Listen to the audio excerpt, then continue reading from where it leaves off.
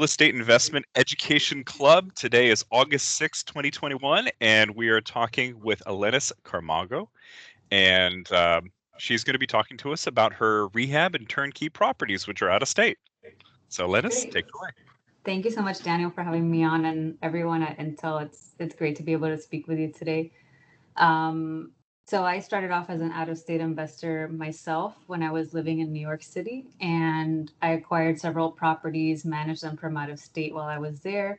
And then I moved. I was investing in Jacksonville, Florida, and me and my husband moved here a little over a year ago to start a brokerage and property management firm. And right now we own 7 properties and manage over 100. So the topic that I decided on today was how we got started, because that's something that a lot of people that are starting out had questions about and wanted to see how, like, a regular person that had never invested in real estate, had no background in it, got started and started acquiring rentals. And be happy to take any questions at all. And hopefully this is helpful. I don't know everyone's background of if there's a lot of people that have properties here, but hopefully it's helpful to all of you. So I'll go ahead and share my screen.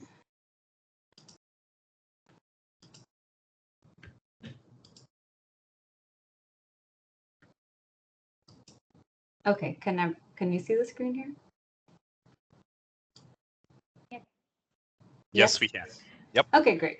So our very first year investing, we acquired 3 rentals, and that was something that we wrote a blog about, and everybody had so much interest and questions of how we did it. Me and my husband both worked in, New York City at the time. We're originally from South Florida. He worked in finance, I worked in marketing, and we both came from, my parents had a small business. His dad had a regular job, so not very high net worth or high paying jobs. So it was a big topic for a lot of people, asking us how we acquired 3 rentals without having that experience. So we started investing in 2018. So February 2018, we acquired the first property. So basically what we had to do was educate ourselves, read as much as possible before we started investing, to really know like how to analyze properties, how to put in offers, how to manage properties, learn a lot from our experiences. So even though we were educating ourselves, instead of spending years and years trying to learn everything that we can, which is impossible, we dived in, got started, and learned a lot from the very first rental, and still learning to this day. We did have really big goals. Like, we wanted, within a few years, we wanted to own enough rentals where we can retire from that. But instead of waiting to have enough money or a plan to do something big, we feel like getting started is the most important step that you can take, by just buying one instead of waiting to have enough money to buy 10 or 20. And just that everyone has different goals. Like, I've talked to hundreds of investors from around the world, and there is no right or wrong goal or path to have. So, you can learn from other people, but you can set your own expectations and goals, and then just get started like how we did. We started placing offers and getting our first properties, and that's like the most important step you can take. So like I said, we're from South Florida. We moved to Brooklyn, New York in 2016, and we started investing in 2018. We read a lot of blogs, forums, books for 1 year, and we saved as much as we could to begin investing. And we chose Florida because we lived in Gainesville, which is Central Florida. We went to school there. And then we knew people in Jacksonville. My stepsister grew up here, and we had a friend that was a real estate agent. So we felt really comfortable with the Jacksonville market and how much it was growing, and the price points as well. So that's why we chose Jacksonville. So one thing that we had to do was save money, because we had no savings to buy a rental property. We were targeting the price point of 100,000, so we would have needed at least 20,000 to put down with a 20% conventional loan. So a lot of our friends and coworkers in New York City would go out to lunch every day, buy Starbucks, spend a lot of money on going out and lunch and dinner. But we didn't do that. We made our coffee at home. We ate breakfast at home. We brought our lunch to work. We made dinner at home. It's not very common for New York City, if any of you have lived there or live there now. A lot of people don't cook or they go out to eat a lot. So we did that in order to save as much money as possible. We used my salary to pay all the bills, and then my husband's salary, we saved it all. Which is something, if you're in a relationship and you have two salaries, it's something that you can try doing as well. And that helped us a lot. We paid down debt first, and then we saved everything from his salary after that. And we also made sure that we had cash reserves, because we saved up to 20,000, but we knew that something could break, and we needed to have that backup money as well, in case that did happen. Then it was, where did we want to invest? So initially we thought Gainesville. We went back and met with an agent in Gainesville. But then we were thinking college town, maybe there would be more turnover, and we researched on Jacksonville and decided on that. So I feel like finding a place that's in your budget, has the right numbers, and that you're familiar with can make you feel more comfortable with investing if you're going out of state. I feel like picking one place is really important. I talk to a lot of people that are looking in multiple markets to begin with, and I feel like it just makes it harder because you're kind of all over the place. So I think it's really important to pick one city. And then I'm sure you've heard of the 1% rule. So we targeted a lot properties that can rent for at least 1% of the sales price, so that we can have the cash flow that we were looking for. Another thing that we tried to do was see which were the desirable areas in Jacksonville, and then find the ones that were around that area that would eventually improve. And that came from growing up in Miami and being in Brooklyn and seeing how like the neighborhoods would trickle over and become very popular. And we've seen that happen in Jacksonville over the last few years too. So that's like something that you can do, is try to predict or see the trends of which neighborhoods are going to be improving in the future. And really learn about the city that you're going to be investing in. So are people moving there? Is there jobs there? Like, you don't want to go to invest somewhere where people start leaving. So really learning about the city that you'll be investing in, visiting it will be a huge help. I feel like when our clients come and visit here before buying, it helps them tremendously. And then talk to as many people in that area that you can. Other investors, I feel like people are super open. Investors are really open to talking about their experiences and helping people start investing there. So that can be a really great resource as well. And feel free to stop me at any time with comments or questions. And then the third thing I feel is really important is to start placing offers. I always tell people it's free to place offers. You don't have to go look at the property. In the past year, we've been placing offers without seeing the properties, just because the market's so hot, things are moving so fast. So we place offers and then we go see it after. If it gets under contract, then you can always back out. You can get your binder back as long as you put contingencies in place. So that's like something that people are really scared about when they're starting out. But if you place an offer, you start getting more comfortable and you don't have anything to lose. Don't overanalyze. So I see a lot of new investors get stuck on analyzing and spend a lot of time on that, and then they lose out on the properties, especially in today's market.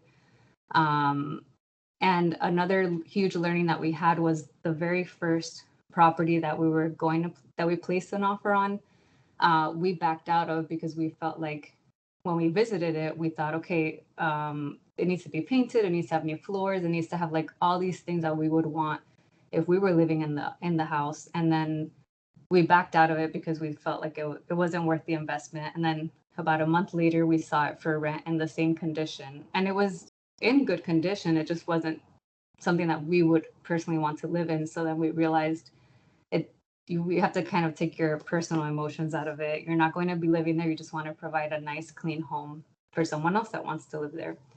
And you're going to be constantly learning forever, even if you have 20 or 50 properties, if you self-manage, if you have a property manager, it's all a big learning process. So I'll walk you through the first three. We've got a couple of questions. If sure. You want to take a pause and answer them, people are asking questions. So okay, good. So the first one is, this is from Isla. What were some of the resources that were the most valuable for you when you first started out? It was Bigger Pockets, I'm sure you've heard of. So me and my husband were on Bigger Pockets all the time, listening to podcasts, reading forums, posting forums. And then we read some of the books that they authored and that they recommended. So that was like a huge step in our investing journey and talking to other people. Okay. Eugene is asking, so what percentage of the home's value did you set for cash reserves? And what affected that percentage? The age of the home, for example. It's a great question. The first property we bought, we knew that needed a new roof, new AC, a new roof and a new AC at the time. So I think we started saving like $50 or $100 a month from there. But then eventually we had enough savings. I think we saved like maybe 10 or 20,000 over the years. And then some investors like to set aside a piece of their cash flow from every property into like a savings account. But when we had enough money, and then we have a HELOC, a home equity line of credit, we stopped setting those reserves aside. But I feel like it's up to each investor. But we were saving $50 a month per property until we had enough reserves that we felt comfortable with. John is asking, with the current market prices for homes, do you think that the 1% rule still applies? It does. It depends on the market. It's definitely very different. It was a lot easier back in 2018 to find something that would beat the 1% rule. We're still able to find it today. It just takes a lot more patience and action on the investor's behalf. So another thing is, a lot of people think that the agent is going to go and find them all these properties, but it's also heavily reliant on you as an investor to look every single day if you're very serious about investing. Look every day and ask and find properties that you find interesting, and then ask your agent about these properties and start placing offers on them. But it's definitely still possible. At least here it is, and I know that many other places in the U.S. it is. All right. And last question for now. And you may have partially answered this already. Alam is asking, which state did you start in? And what are the criteria you use to identify if it's a good rental? Sure. So we started in Florida, in Jacksonville, Florida. So that's the north, very close to Georgia. And we were really looking for at least 8 to 10% cash on cash return. And we were hoping to get over $300 cash flow. And we were looking for cash flow per month for the first property. I think we ended up getting, in the end, like maybe 500, but we self-managed too. So that makes a difference. And we were looking for under $100,000 because of the amount of money that we had saved. We couldn't get too much more with that money. All right. No more questions yet. Okay, great. And that's actually, we'll go into it here. So I have one slide for each of the first 3 properties that we bought in that first year. And you can see all the metrics here, but we bought the first one. They're all single family homes. The first one was $90,500. It already came with a tenant. So these 3 properties just happened to come with inherited tenants.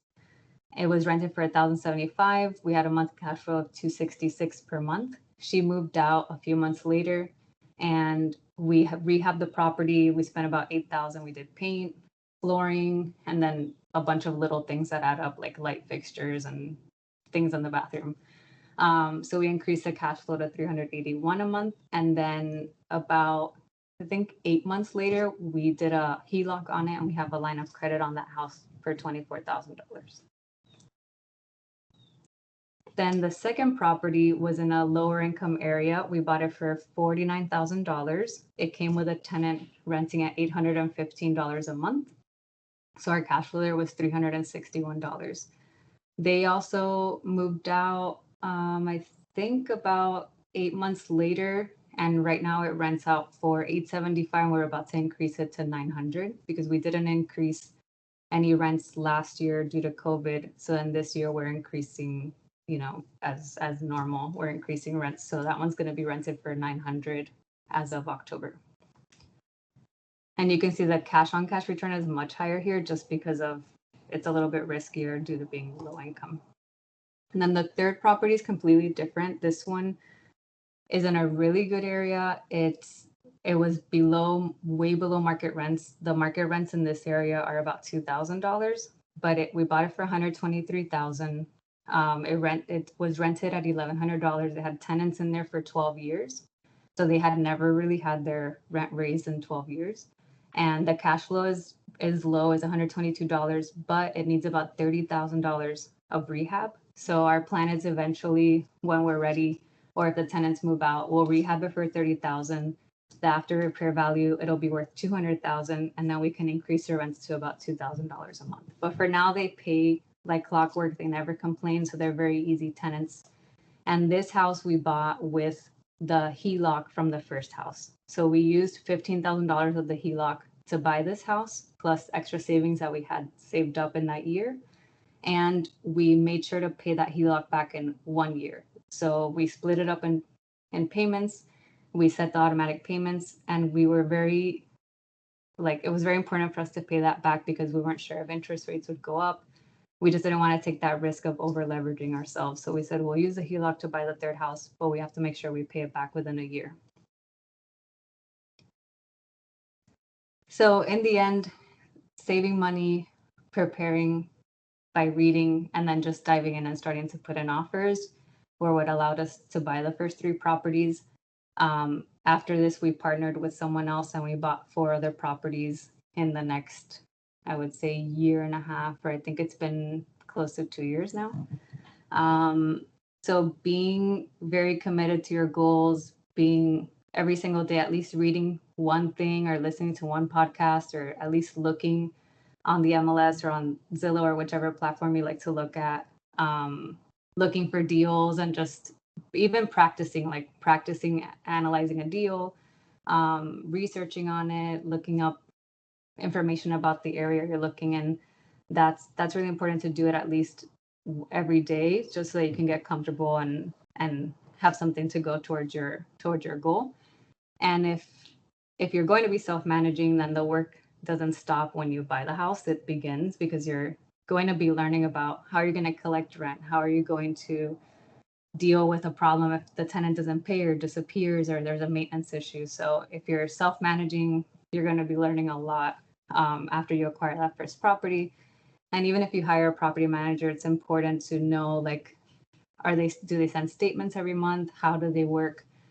Making sure that you're still on top of it, because depending on who you work with, don't fully trust. You have to make sure that they're still doing a good job and that your assets being taken care of, and keeping up with the housing markets. Things have changed tremendously over the past few years, at least here in Jacksonville, and of course over the last year in the whole country. So it's important to keep up to date with the market that you're investing in. And this is my information if you wanted to reach out. I post a lot about my personal investment journey on Instagram, and I'm happy to share that with all of you. So I hope that this was helpful. I'm happy to answer any questions on these 3 properties, on any of the other properties that we own or manage, or any questions in general about investing. Thank you very much. We've got quite a few questions in the chat right now, and once we get through those, maybe we'll just open it up and let people ask their own questions. Okay.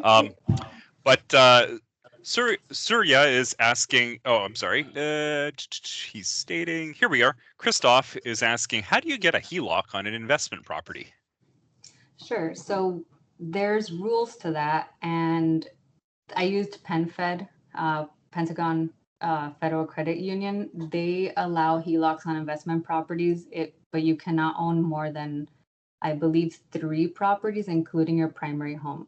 So at the time, we only owned we owned 2 investment properties at the time, so we were able to get the HELOC on that first property. I'm not sure if they still do that today. That was a few years ago, but I have heard of a lot of other people getting HELOCs on investment properties. And I tend to hear that credit unions tend to do that more than many institutional banks. And so yes, many banks don't. Right. Many banks don't do that. You can't go to a Chase or Bank of America. They most likely won't allow a HELOC on an investment property. All right. Abby Shaw is asking, how were you able to put 15% down on property number 3? Good catch. So again, I don't know if that's changed in today's market, but we got that one in February 2019. They were allowing 15% down on investment properties, and then you just have PMI, just like if you were getting like a lower than anything lower than 20% has PMI. But the lender we were using at the time did allow 15% down on investment properties, and then we just paid off. Like after you pay off a certain amount, then you get rid of the PMI. But I'm not sure if they're doing that today, but you can always ask around. It would be the smaller banks, local banks, or credit unions that would offer something like that. All right. Michelle is asking, do you self-manage out of your out-of-state properties? Yes. So when I was in New York as an out-of-state investor, I did self-manage all of my properties in Jacksonville, and then I became a local landlord when I moved here last summer. But I did self-manage we owned up to 4 at the time when I was in New York, and I self-managed all of them that were in Florida. I'd love to hear just some follow-up about what were some of the struggles that you had with self-managing out of state. Yes. So at first, I wanted to. I was like, oh, it'll be so cool to receive a check in the mail, and I don't know, it was just something silly that I thought was cool. And then the first check got lost in the mail, and I thought she was lying. The tenant was lying, but about a month later, we got a big envelope with the check in there from the postal service saying, I apologize about your mail. So it was actually true. So it was just setting those processes in place, like how are we going to collect rent? When something breaks, who are we going to contact? Because we only knew that one agent in Jacksonville. We didn't know anybody else. So we just had to build up our contact list. And then another really big thing is treating it like a business. Even if you just own one house, you have to set those processes in place and not let your emotions take the action. Like you have to really treat it as a business. And we struggled with that just because our first 2 inherited tenants, the first one actually abandoned the property after we had to file an eviction because she disappeared on us. And the second one was just like not paying towards the end, and she was trained by her previous landlord that she could pay late all the time. So it's like kind of if you have an inherited tenant, it's retraining them with your processes, and she ended up having an eviction as well. So that's a hard thing. It's a people business, and you're dealing with the homes that people are living in. So that's a struggle, but you still have to treat it like a business because it's your asset and it's your money on the line and your property on the line. So I'm sure that'll trigger some more questions. Yeah, they're coming in. All right. Z Yang is asking, are you focused on certain markets or do you invest across the US? I only invest in Jacksonville right now. We felt it was easier because we already had all of our team here. And then now that we live here, it's much easier because we can go and visit the properties and we have everything in place. We have a big team in place here for any handiwork that needs done or any renovation work, anything at all that we need done. But eventually we do want to go over to some other markets. It's just starting the process over. And once you have a team in place, then you get really comfortable, but we definitely want to diversify into other markets, maybe next year. All right, Eugene is asking, when choosing not to raise rents because of long-term good tenants, how do you balance rising property taxes and insurance costs that eat into your cash flow? Yes, that's another good one. I've seen a lot of people that have been landlords for a long time not raise rents. And one of our clients just acquired a 9-unit building with rents that were 40% below market, just because they really wanted the tenants to stay long term. And they were proud of not having any turnover, but it's because you have rents that are below 40% market rents. But I strongly believe that you should raise rents every year, even just 1%. It's very small amount, unless we have something like the pandemic that just happened, or we have a recession or something major happens where you feel like people can't afford it. I strongly believe that everyone should raise rents even just a little bit every year. If not, if you wait, let's say 3 years or 5 years, and then you suddenly raise a rent, then the tenants are caught off guard and they get upset. And that happened with our third property. After 12 years, we only raised our rent $5 because the rent was $10.95. We raised it to $1100, and they gave us the biggest like fit. They threw the biggest fit about the $5 raise. So it's just training them that their rent is going to go up because taxes and insurance go up every single year. So they're, you need to be able to cover yourself on that. All right. Arvinder is asking, how many properties are banks willing to finance? Many years back, it was 3, including one's own home. Yes, I've heard it's up to 10, but that really depends on your debt to income ratio. Um, so my husband is in this business full time. I still have a W-2 job. So with my income, I would probably be able to be approved for maybe 1 or 2 more. And so our first 4 are financed with conventional loans. The other 3 were cash with a partner of ours. So I would probably qualify for only 1 or 2 more conventional loans, but it just really depends on your income and your debt to income ratio. Yeah. Can I ask a follow on to that? So what is the debt to income that the banks are looking for these days, Elenis? Oh man, that is a good question. I'm honestly not sure if I'm thinking maybe 40%. I'm really not sure of the number because I just haven't financed anything conventional since like 2019. Thank you. I think it could probably also differ from bank to bank, That depending too. on what it is. Mm-hmm. Yeah. And just to shed a little more light on the 10 mortgages, that's a limitation that Freddie Mac and Fannie Mae put on to banks. They won't finance Yes. more than 10, and it's 10 per person. So you could have 10 and your spouse can have 10. Mm-hmm. Yeah. Yes, and we had that same thought. So our second property is only under my husband's name, just because we thought then we'll be able to get 10 each. We ended up not going that route, but if you do run out of conventional loans, there are a lot of private lenders that give pretty good rates, like pretty close to a conventional bank once you hit that limit. All right. Chen Yu is asking, you mentioned about partners for your properties 4 through 7. Can you share more details? How do you find them? How do you structure the partnerships? Yes, so I did a lot of networking. I would write blogs and they would get sometimes featured on different sites. And I had a lot of people reach out. I networked a lot. And then at the time, we were looking for somebody that would be aligned with our goals, that would be more of the money person. And then we would be more of like doing the work. So we found this guy in Washington State that was just like a perfect fit with us. We had a lot of conversations. We realized that we both had our goals aligned, and we did an operating agreement. We opened an LLC, we opened a bank account, and then we started buying properties together in October of 2019. So it's almost been 2 years now.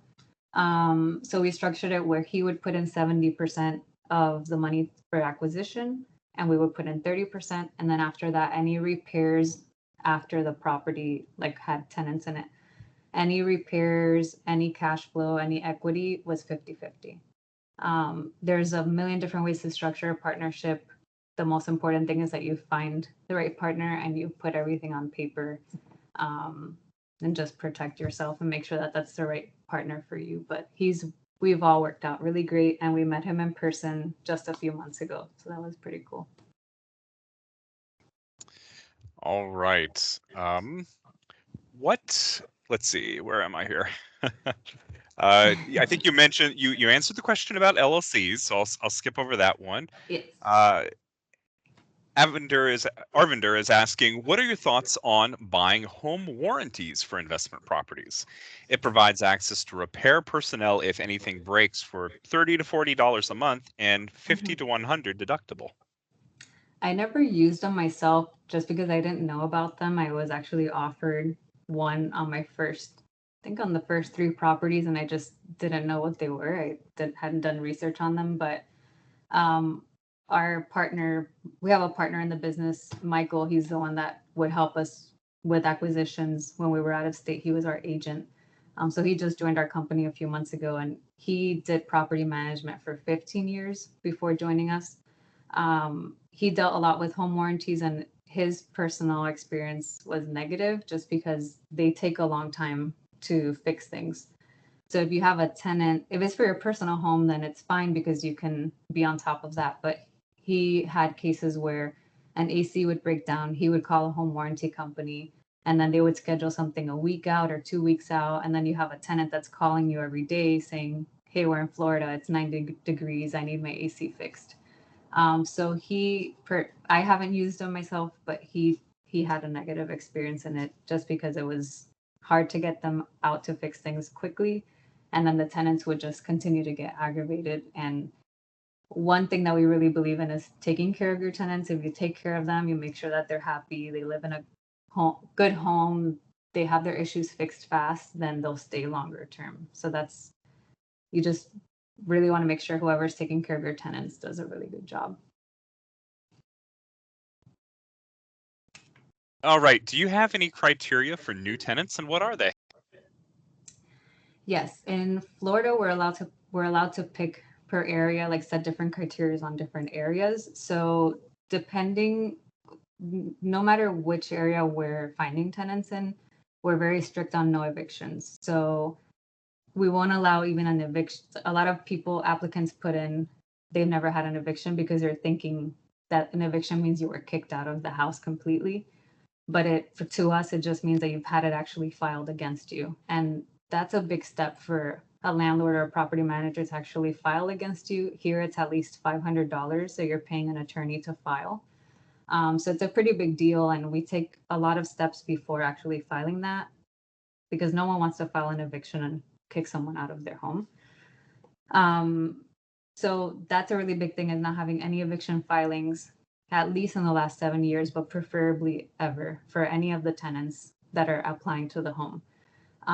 We look for 3 times rental income, and we always verify employment. So we ask for the last 1 month's worth of pay stubs or a job offer letter.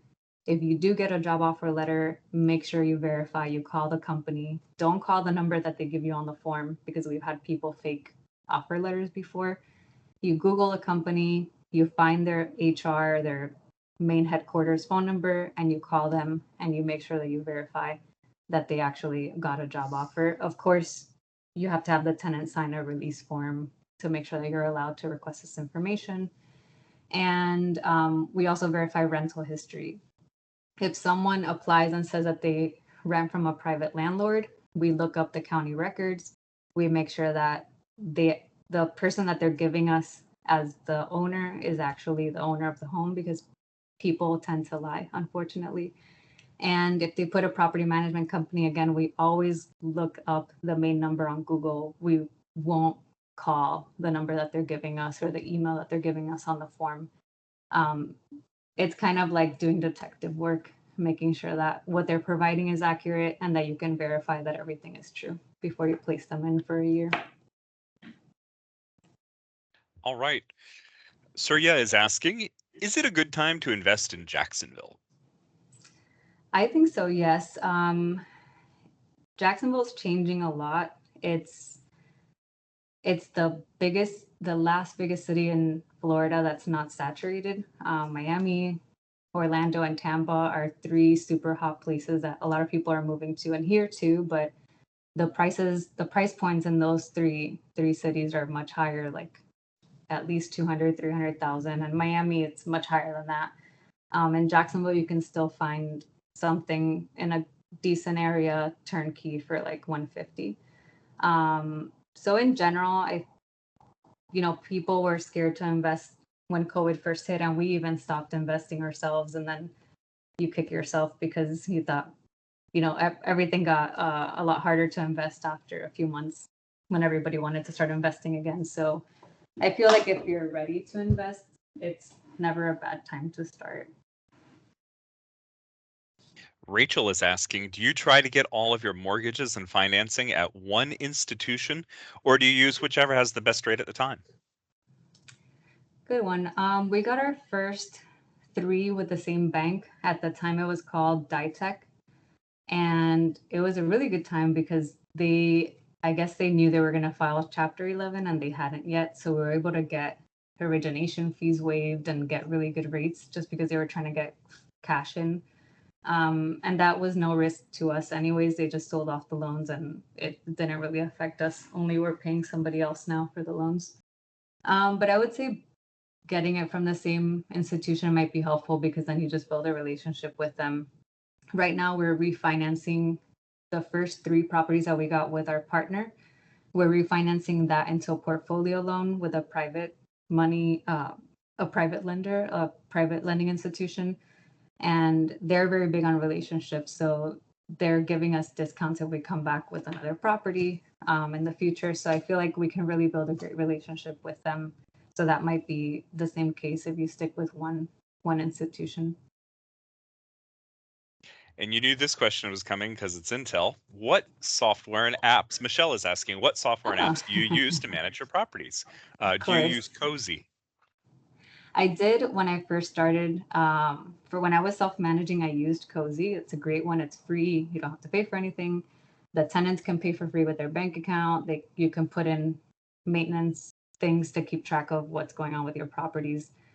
And I even used it when I was managing up to like 30 properties. I used that, and I used QuickBooks to keep track of QuickBooks for property management. But for my personal ones, I use Stessa. So it's a free software for accounting to keep track of. It's made specifically for investment properties.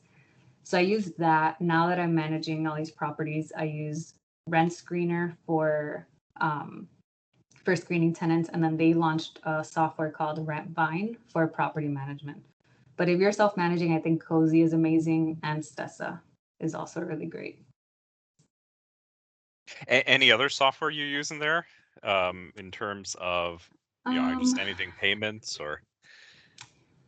No, I did let some tenants pay with Zelle. I just feel like if you start acquiring more properties and you're self-managing, it's just better to keep everybody on one so you're not going all over the place. And the more you acquire, then you're kind of bending the rules for different people. But I would suggest stay very strict on, if you're accepting payments through Cozy, only let them pay through Cozy and not bend the rules too much. And then for applications, back then I used to use Zillow because they have a screening platform. They use Checker for screening. And I would suggest to always double check the local county records, the clerk of courts, on their clerk of courts. Jacksonville has a really great one. It varies by county. But a lot of times the evictions or criminal backgrounds won't come up on the background checks from any background check tool that you use, because they typically like to see 2 points of identification for the tenant or the applicant or the person. So if somebody was evicted with just their name and not their date of birth or their social, then it won't come up on the background check. So it's like double checking to make sure that you're getting accurate information. Okay. Z Yang is asking, when you look at homes that are out of state, do you go visit them in person or do you just base it on photos and data? Do you have someone on the ground to look at them? Yeah, so we only visited Jacksonville once and I think we saw 3 properties and we put an offer on one, and that's the one we ended up backing out of. But after that, we didn't step foot in Jacksonville again until we bought, like, after a year, I think, after we bought the first 3. We never stepped foot in them. We hired an inspector, of course, to inspect the property. We had our agent that we trusted. She went around and took a video of the properties and pictures. And then we just relied heavily on the inspector report, and we spoke to the inspectors. So inspectors are very open to talking. Most of them are. So you can look through the report, call them, ask extra questions. And then if a property is vacant, we had maybe like a handyman or contractor that we trusted go and see the house as well if it needed work. But we didn't start seeing them ourselves until we moved here on property number 5. And most of the people we work with have never even been to Jacksonville. So at first, long distance investing sounds crazy, and our family thought we were crazy for buying in a different state and never seeing the house. But it's not very different from seeing it yourself. Like, we're not home inspectors. We know a lot more now because we've been dealing with so many rehabs and managing properties. But back when we first started, if we would have walked a property, we would have no idea what we're looking for. So we just relied on the experts that we trusted to help us with that. Hajot is asking, how long was the turnaround on replacements? And I might need a little more context here. Does it make Tenant sense to you? replacements. I'm assuming it's tenant replacements. Yeah, tenant. If it's tenant turnover, our first property, that was another learning curve. It was on a busy street, like a 4-lane with a turning lane in the middle, so 5-lane road. So that took, and we hired, since we were out of state, we hired a brokerage to list the property and get a tenant for us, and then after that we would manage it ourselves. So that took about a month for that one. And then the second one, I just don't know if maybe he wasn't very good at renting out in low income areas, but that took 3 months, which is very, very, very long time. On average, when we're placing tenants, it's between 2 and 4 weeks. If it takes longer than 4 weeks, I feel like either we overpriced it or something's going on where this property is not getting rented out. But I would say in today's market, 2 to 4 weeks is the average. Should be under 4 weeks. Okay. And Isla is asking, while you were still in New York and looking for properties in Florida, were you renting or owning your primary residence? We were renting. New York is super expensive to buy in. So that we initially were going there with the goal of the mindset of staying there long term and buying a place. And then we realized we would be spending almost $1 million for a 1-bedroom apartment with no amenities in an area that we wouldn't really love or be able to grow into. So that's when we decided to invest instead. But we were renting. So we didn't own a home until a year ago.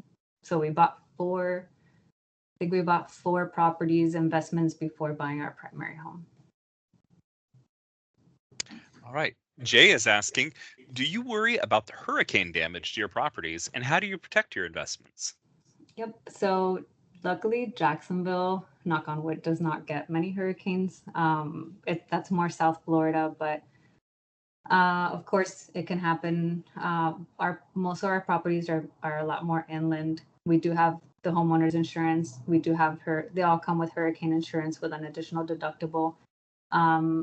But we just make sure that we have the proper coverage, that the roofs are in good condition. Another big one is trees, making sure that the trees are cut back away from the roof. And that's something that we didn't realize was as important as it truly is. There's a tree limb that's over the house. The little pieces of limb start falling down, the leaves sit on the roof, and then over time they hold water, and then they start messing with those shingles and they cause leaks and they cause damage. So if you have that happening and then you have a hurricane or tropical storm or heavy rains coming through, then you're going to cause more damage to your property that way. So making sure that that's cut back and that you just have the proper coverage.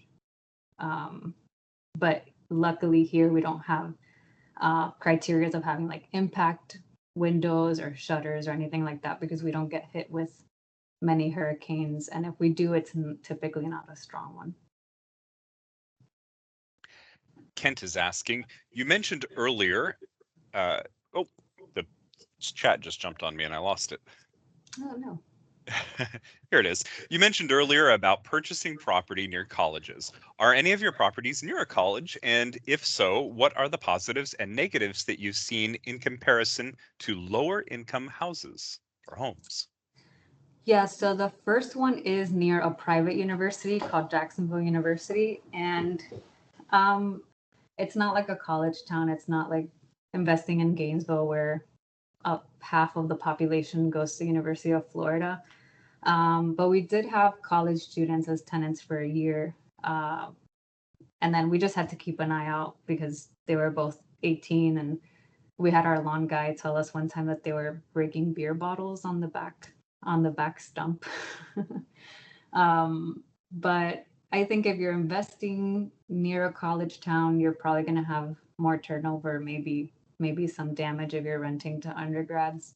Um, Low income housing, in my opinion, is really great if you're providing a really nice home for somebody, because unfortunately in low income areas they don't have many options of good homes to live in. Like, we've walked into some pretty bad houses with people living in them, and the landlords just don't take care of them. So if you provide a good home, if you take care of them, if you fix issues when they happen, then they're most likely going to stay long term, because they unfortunately can't afford or don't have the credit to buy their own home.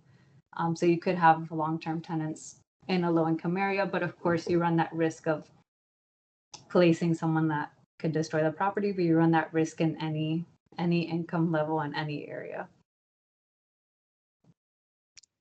So Rob is asking, is it better to buy one house at 300K instead of buying three houses at 100K? What's the overall benefit and maintenance and effort? Um, I would say, in my opinion, it's better to have three, because then you can diversify in different areas, even if you're in the same city. But you can have one appreciate more than the other. Um, you could most likely get more cash flow that way as well. In Jacksonville, if you get a property for 300,000, you won't be cash flowing. Of course, this is Jacksonville. It really depends on the market, but here we really look for properties between 100 and 150, and then that's when you cash flow the best. So in my case, if I bought a house for 300,000, it wouldn't be a good investment for cash flow, maybe for appreciation, but in my opinion, it would be getting three. The other thing I might add to that is if you have one house for 300K and it goes vacant, you've got 100% vacancy. That too. Whereas if you've got three, you only have 33% if one of them goes Exactly. vacant. Good point. Yeah. So Rob is also asking, do you create an escort for your business, not to make your family liable to your business for potential legal issues? Yes, we did have an LLC that we ran all the rents through, and eventually we put the leases under the LLC's name, but we still own those first three properties under our personal names. So, and because we've got conventional loans for them. So instead of worrying about some people do quick claim deeds and then they move them to an LLC, but then you have that risk of the lender calling the loan and making you pay for the whole loan up front. We don't want to run that risk. So instead, we got an umbrella policy. And that's a personal umbrella policy. So it covers us in any lawsuit related to our rental properties. So that's something to look into. And we even have that for the LLC that we own with the partner that we own all of the properties in, the other four properties in. We still have an umbrella policy for that, because even if you're trying to just protect yourself personally, but you still want to protect your investment, like if somebody sues that LLC and we lose even one house, that would be horrible. So we have another separate umbrella policy to cover that LLC and protect those assets. Cesar is asking, in case it's not been asked earlier, is it hard to find reasonably priced property insurance in Florida, given your recent increase in hurricanes? We find that insurance in Jacksonville is about $1,200 a year, so about $100 a month. That's pretty average. It really depends on where you are here, though. In South Florida, you'll have some of the highest insurance rates due to hurricanes and due to fraud. That goes with car insurance and with homeowners insurance. But in Jacksonville, it's pretty average for it to be $1,200 a year. And Yvonne is asking, what are the learning resources for a person looking to get into long distance or local investing? I think what you're doing here is great to have this resource, have each other to learn from. It's super important to connect with as many people as you can in this group. I would highly recommend that if you don't already do that. The fact that you're attending this, on taking the time out of your day to do this is a big step, and I think it's a great thing to learn. And then just going to other blogs and forums and podcasts and networking with other investors. I found a really great networking on Instagram too. I've met a lot of investors on there, not for client purposes, but just to network and create your own little group of investors where you can share what you're doing and kind of hold each other accountable. And Bigger Pockets, I think, is a really great resource. I also really recommend David M. Green's book called Long Distance Real Estate Investing. Yes, I read that a few years ago. Yeah, it's a I did really too. good book. Easily digestible, and it's good storytelling. And it made me feel not crazy, because that was right after I bought my first house without seeing it. And then I realized he was a police officer. He bought houses all over the place without seeing them. And I'm like, all right, this is normal. So it's a really great book. All right. I don't think we have any more questions. So could everybody take themselves off mute and just say thank you to Elenis? Thank you. Thank you. Thank you. Thank you. Thank Thank you. Thank you. Thank you Thank so much. you. Thank you. Thank you Thank you. guys so much. It was really Great talk.